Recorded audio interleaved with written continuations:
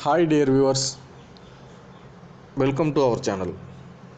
புதுசாக கோழி பண்ண வைக்கிறவங்க இல்லை வீட்டுக்காக கோழி வாங்குறவங்க எங்கே தேர்ந்தெடுக்கலாம், கோழியை எங்கே வாங்கலான்றதை பற்றி தான் நம்ம பார்க்க போகிறோம். வீட்டுக்காக வளர்க்குறாங்க, 1-2 வாங்க போகிறாங்க, 3-4 வாங்க போகிறாங்கன்னா அது பிரச்சனையே இல்லைங்க. அக்கம் பக்கத்தில் இருக்கிற கிராமப்புறங்களில் வீடுகளில் வாங்கிக்கலாம். இல்லைனா உங்கள் ஊர் சந்தை, பக்கத்து ஊர் சந்தையில் போயிட்டு நீங்கள் சந்தையிலே வந்து பர்ச்சேஸ் பண்ணிக்கலாம். ரேட்டு வந்து ஓரளவுக்கு முன்ன பின்ன ரீசனபுளாக தான் இருக்கும், ஒன்றும் பெருசாக இருக்காது. நீங்கள் யார்கிட்ட வாங்குறீங்கன்னு பார்த்தீங்கன்னா வியாபாரிக்கிட்ட வாங்காதீங்க. ஊர்லேருந்து காலையில் ஒரு கைலியை கட்டிக்கிட்டு வருவாப்பில், சைக்கிள்லையோ இல்லை வண்டியிலையோ 2 கோழியை பிடிச்சிட்டு தூக்கி போட்டுக்கிட்டு வருவார். அவர்கிட்ட வந்து கேட்குற விலையை கொடுத்து நீங்கள் தாராளமாக எடுத்துக்கங்க. அவர் ஒன்றும் போயிட்டு அதை வச்சு பெரிய இப்போ பங்களா கட்டிட போகிறதில்ல. அவர் அன்றைய தேவை அர்ஜென்ட் செலவுக்கு தான் கிராமத்துலேருந்து நாங்கள் வந்து எடுத்தாந்து விற்க வருவாங்க. அதனால் அவங்கக்கிட்ட வந்து பேரம் பேசிக்கிட்டு 100-200 அப்படின்னு கேட்டுகிட்டு இருக்காதிங்க. அவர் ஒரு 350 ரூபா சொல்லுவார், 400 ரூபா சொல்லுவார். அதுக்கு மேலாம் அவர் வந்து சிறுவிடை கோழியை சொல்லிட மாட்டார். அதனால் நீங்கள் அவர்கிட்ட கொடுத்து வாங்குங்க. இல்லை நான் பண்ணையாக வைக்க போகிறேன், நான் எங்கே வாங்கலான்னு பார்த்தீங்கன்னா இடைத்தரகர், ஆன்லைன் இடைத்தரகர்கிட்ட தயவு செஞ்சு வாங்காதீங்க. ஏன்னா இது எப்படி ஆயிடுச்சுன்னா, இவர் வந்து பண்ணையே வச்சுருக்க மாட்டார். இவருக்கு வந்து கோழியை பற்றி ஆனால் ஓரளவுக்கு நாலேஜ் இருக்கும், ஓரளவுக்கு சொல்ல தெரியும். இப்போ தான் ஆன்லைன்லேயே எல்லாம் இருக்குல்ல, 10 வீடியோ மேய்ஞ்சிட்டு வந்து இவர் ஓரளவுக்கு உங்களுக்கு டீட்டெயிலாக சொல்கிற மாதிரி தெரியும். இவர்கிட்ட பண்ணை இருக்காது, எதுவுமே இருக்காது. இவர் வந்து வேறு ஒரு இடத்துலேருந்து தான் உங்களுக்கு வாங்கி கொடுப்பாரு. இவர் வந்து எல்லா பொருளுமே அவர்கிட்ட இருக்குன்ற மாதிரியே பேசுவார். அவர்கிட்ட நீங்கள் சிறுவிடை கேட்டாலும் சிறுவிடை குஞ்சு கிடைக்கும், இடைவெட்டு கேட்டாலும் இடைவெட்டு குஞ்சு கிடைக்கும். நம்ம அசில் கிராஸ் கேட்டிங்கனாலும் அசில் கிராஸ் கிடைக்கும். அப்புறம் பெருவிடை கேட்டாலும் பெருவிடை கிடைக்கும், வெப்போர் கேட்டாலும் வெப்போரும் கிடைக்கும். நீங்கள் வேறு ஏதாவது இப்போ புதுசாக வந்திருக்கிற சோனாலி அது கேட்டாலும் அவர்கிட்ட இருக்கும். இல்லை இதெல்லாம் வேண்டாம், எனக்கு வந்து ஒரு வான்கோழி வேணும்னாலும் அதுவும் என்கிட்ட இருக்குப்பா அப்படின்வார். இந்தமாரி ஆட்கள் வந்து நிறையா பேர் வந்து இப்போ ஆன்லைனில் உலா வர ஆரம்பிச்சிட்டாங்க. இவங்க என்ன பண்ணுறாங்க, நீங்கள் வந்து கத்திக்காலோ இல்லை வெப்போரோ எனக்கு வந்து ஒரு 50 கோழி குஞ்சு வேணும் அப்படின்னு சொல்கிறீங்க, இல்லை 100 கோழி குஞ்சு வேணும்னு சொல்கிறீங்கன்னா 70 கோழி குஞ்சு வந்து ஓரளவுக்கு வந்து இவங்க வந்து ஒரிஜினலாக கொடுப்பாங்க. மீதி 30 என்ன பண்ணுறாங்க, அசில் கிராஸை அதில் கலந்து கொடுத்துட்றாங்க. அப்போ 70 கோழி குஞ்சு வந்து இவர் 100 ரூபா கணக்குக்கு வாங்கியிருப்பார், உங்கள்கிட்ட 150 ரூபா சொல்லுவார். இதில் வந்து அவருக்கு வந்து ஒரு கோழி குஞ்சுக்கு 50 ரூபா கிடைக்கும். மீதி 30 கோழி குஞ்சு என்ன பண்ணுவார், அசில் கிராஸை 30 ரூபாய்க்கு 35 ரூபாய்க்கு வாங்கி உங்கள்கிட்ட 150 ரூபான்னு 115 ரூபா லாபம் வச்சு கொடுப்பார். 30னா என்னாச்சு, அதே 3150 ரூபா ஆச்சா. இதான் நடக்கும். அதில் ஒரு 50 ரூபா அதில் லாபம் கிடைக்கும் ஒரு 70 கோழி குஞ்சுக்கு. இது நம்மளுக்கு எப்போ தெரியும்னா, வாங்கி விடக்குள்ளே வளரக்குள்ளே நம்ம என்ன நினைப்போம், இதில் பட்டன் இருக்குது, இதில் இல்லை, எல்லாம் ஓரளவுக்கு நம்மளுக்கு பரவாயில்ல, இதில் இருக்குது போல், அதில் இல்லைன்னு நம்ம நினச்சிப்போம். வளர்ந்து பெருசாக வரக்குள்ள தன்னால் எல்லாமே மிக்ஸ் பிரீட் ஆகி எல்லாமே கொலாப்ஸ் ஆகிடும். காசுக்காக மட்டுமே இதை பண்ணுற நிறைய இடைத்தரகர்கள் வந்து இன்றைக்கி உருவாகிட்டாங்க. தொழில் செய்கிறது பணம் சம்பாதிக்க தான். நான் வந்து இல்லைன்னு சொல்ல வரல, நானும் பணம் சம்பாதிக்கிறதுக்காக தான் இந்த தொழில் செய்கிறேன், கோழி வளர்ப்பேன். ஆனால் வந்து ஒரு நேர்மை இல்லாமல் ஒரு 70% மிக்ஸ் ப்ரீட் பண்ணி அதுலேருந்து கோழி குஞ்சை கொடுத்து அப்படிலாம் சம்பாரித்து என்னத்துக்கு சாப்பிட சொல்லுது, எனக்கு வந்து அது புரியவே இல்லை. இதில் வந்து நிறையா பேர் வந்துட்டாங்க. யாராவது ஆன்லைனில் கோழி குஞ்சு விற்பனைக்கு இருக்குதுன்னு போஸ்ட்டு போட்டாங்கன்னா, நான் வந்து உங்கள் பண்ணையை பார்க்குறேங்க, நீங்கள் எப்போ வந்தால் பண்ணையில் இருப்பீங்கன்னு கேளுங்க.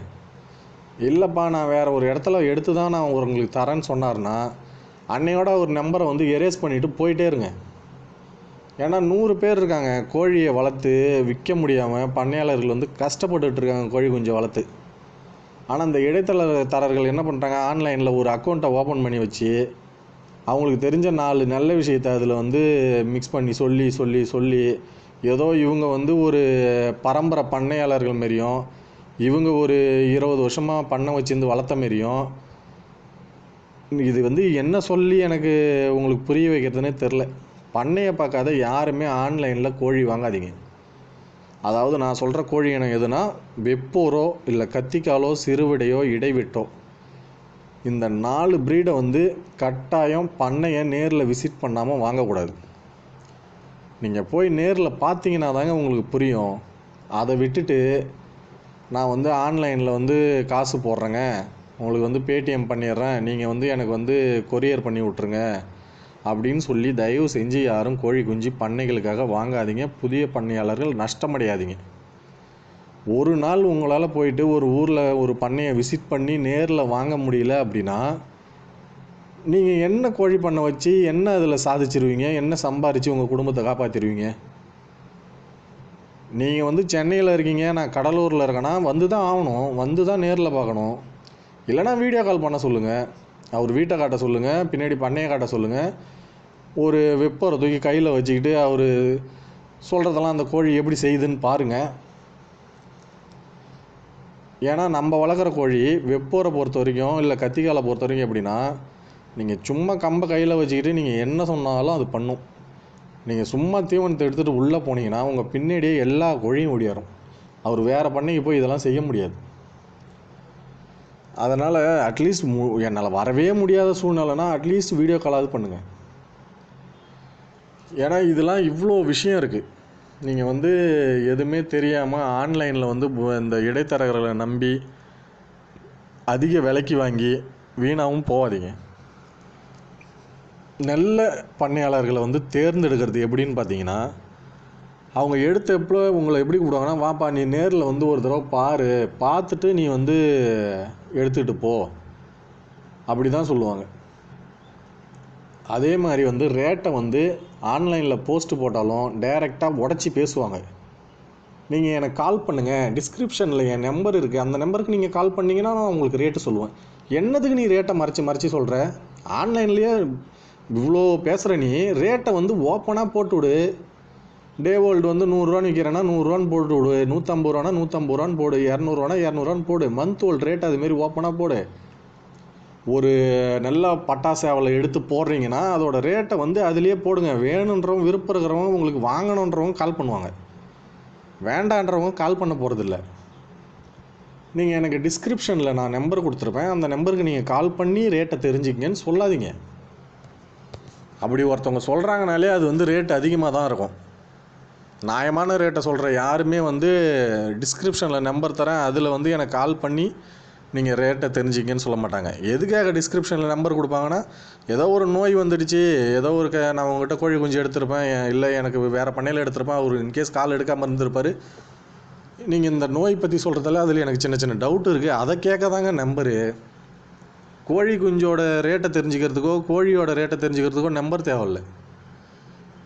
இப்போ நான் ஒரு வெப்போர் வளர்க்குறேன் அப்படின்னா இந்த கோழி வந்து 2000 ரூபானா 2000 ரூபா தான். இல்லை இதோட வீரியம் அதிகம், நான் வந்து இந்த கோழியை வந்து இப்படி வளர்த்துருக்கேன், இதோட ப்ரைஸ் வந்து 8000 ரூபானா 8000 ரூபா தான். இதில் வேணால் ரேட் வந்து 100 200 நெக்லிஜிபிள் ஆகுமோ தவிர அதுலேருந்து அதில் ஒன்றும் பெருசாக குறைச்சி கூடி இதாகிட போகிறதில்ல. டே வேர்ல்டு வந்து 100 ரூபானா 100 ரூபா தான். முட்டை வந்து 50 ரூபானா 50 ரூபா, 30 ரூபானா 30 ரூபா, அப்படி தாங்க ரேட்டு. அதை விட்டுட்டு இதில் என்ன பார்கெயின் பண்ண, நீங்கள் வந்து எனக்கு ஆன்லைன்லேருந்து வாட்ஸ்அப் வாங்க, வாட்ஸ்அப்பில் வந்து எனக்கு மெசேஜ் பண்ணி நீங்கள் ரேட்டை தெரிஞ்சிங்கன்னா அந்தமாரி புரோக்கர்ஸ்கிட்ட நீங்கள் தயவு செஞ்சு வாங்காதீங்க. ஒரு ரேட்டையே அவர்களால் டைரெக்டாக போட முடியலன்னா அவர் என்ன உங்களுக்கு தரமான கோழி குஞ்சாக கொடுத்துருவாருன்னு எனக்கு புரியல. இன்றைக்கி நான் பேசுகிற வீடியோ வந்து எத்தனை பேர் குத்தலாக இருக்கும்னு எனக்கு நல்லா தெரியும். அதுக்காக என்ன பண்ண முடியும்? எல்லோரும் ஏமாந்துட்டேவா இருப்பாங்க? உங்களுக்கு கோழி வாங்கணும் அப்படின்னு ஆசைப்பட்டீங்க, கோழி பண்ண வைக்கணும்னு ஆசைப்பட்டீங்கன்னா இந்த சோனாலி கோழியோ கிரிராஜா வனராஜா BV3 நீங்கள் எது வச்சாலும் சரி, அவங்கக்கிட்டலாம் நேரில் போய் பார்க்க வேண்டிய அவசியம் இல்லை. அவங்கக்கிட்ட வந்து நீங்கள் டைரெக்டாக வந்து கோழி குஞ்சு எனக்கு அனுப்பிவிடுங்கன்னு காசு போட்டு விட்டுறலாம். ஆனால் ஒரு வெப்போர் வைக்கிறோம், ஒரு வந்து கத்திக்கால் வைக்கிறோம், இல்லை வந்து ஒரு சிறுவிடை கோழி வைக்கிறோம், இடைவெட்டு வைக்கிறோம்னா நீங்கள் வந்து 100% நேராக போய் மட்டும்தான் பண்ணையை பார்த்து அங்கே வாங்கணும். இல்லை என் பண்ணையை நான் உள்ளே விட மாட்டேன், நோய் தொற்றுவன்றோம், விசிட் பண்ண முடியாதுன்னு சொல்கிறாங்கன்னா அன்றைக்கே திரும்பி வந்துடுங்க. தேவையில்லை எனக்கு. ஏன்னா 100 பேர் வச்சுக்கிட்டு விற்க முடியாமல் தவிக்கிறாங்க. அவ்வளோ பெரிய பெரிய சோக்காளிலாம் இன்றைக்கி வந்து கோழி குஞ்சை வந்து ஒரு தரமான விடையை தயார் பண்ணிவிட்டு ஒரு நல்ல ரேட்டு கிடச்சிடாதான்ட்டு உட்காந்துருக்காங்க. ஆனால் இடைத்தரகர்கள் என்ன பண்ணுறாங்க, நம்ம சந்தைக்கு எடுத்து போனோம்னா கொடுப்பான்னு வாங்கி அதை ஒரு குறைஞ்ச ரேட்டுக்கு ஒரு 2000 ரூபா 1500 வாங்கி அவங்களோட சப்ஸ்கிரைபரை வச்சு போஸ்ட்டு போட்டு அதை வந்து அநியாய விலைக்கு ஒரு 5000 10,000 விற்கிறாங்க என் கண்ணுக்கு தெரிஞ்சு. இது வந்து இன்றைக்கி வடலூர் சந்தையில் இன்றைக்கி நிலவரம், போன சனிக்கிழமை 2 நாள் முன்னாடி நிலவரம் இது. நான் வந்து கோழி எடுத்துக்கிட்டு போகல, நான் வந்து என் தங்கச்சி வீட்டுக்கு போயிருந்தது. வடலூரில் வந்து அங்கே உட்காந்து பார்த்துட்ருக்கேன். ஒரு அண்ணன் வந்து எடுத்துகிட்டு வராப்புல, ஒரு 40 வயசு இருக்கும், எடுத்துகிட்டு வந்து உட்காந்துட்ருக்காரு. சொல்லி வச்ச மாரி எல்லா வியாபாரியும் வந்து 300 ரூபா எடை ரேஞ்சு கேட்குறாங்க. இது வந்து 4.25 கிலோ கிட்ட வருங்க, என்ன வந்துட போகுது 1500 கொடுங்கன்னு பேசி அவர்கிட்ட மண்டையை கழுவி 1400 கேட்குறாங்க. இல்லை எனக்கு 2 ரூபா கொடுத்தா தான் நான் கொடுப்பேன்றாரு. அவர் 2 ரூபா கேட்குறதே ரொம்ப குறைச்சலான ரேட்டு, நல்லா தரமான சாவை. அதை அவர் வாங்கி அங்கேயே வச்சு வீடியோ பண்ணுறாரு. எட்ட போய் உட்காந்துன்னு 1450 வாங்கி அதை எடுத்துன்னு போய் அங்கேயே வீடியோ பண்ணுறாரு உட்காந்துன்னு.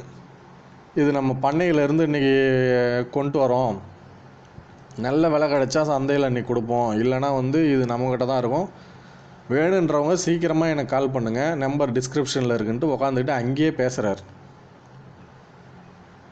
இதெல்லாம் எதை நோக்கி போகுதுன்னே எனக்கு தெரில.